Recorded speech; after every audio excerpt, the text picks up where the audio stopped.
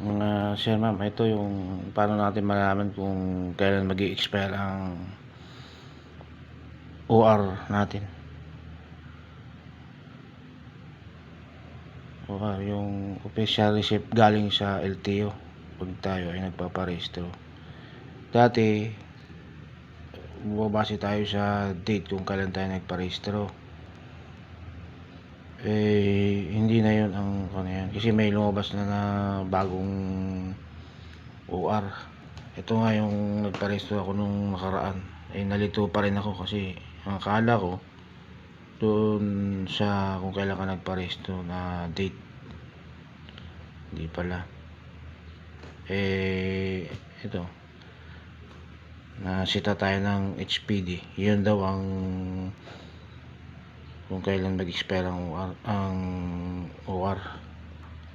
Saka nag-search na rin ako sa LTO. Yun.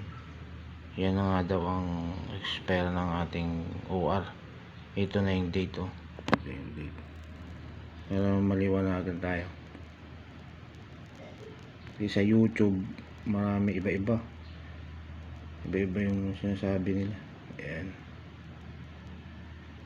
Hindi na dito. Ayan, oh, hindi na dyan. Saka makita natin dito sa sa CR natin yung kung kailan unang pinaresto yung motor natin. Ito yung unang date at date lang. Ayan. Hindi sila nagkakalayo kasi May din yan, May. Yung expiration ng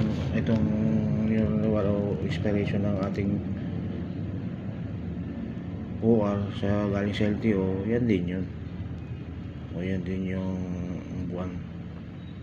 Kung lang meron siyang palugit ba, yun 22 hanggang 31 May.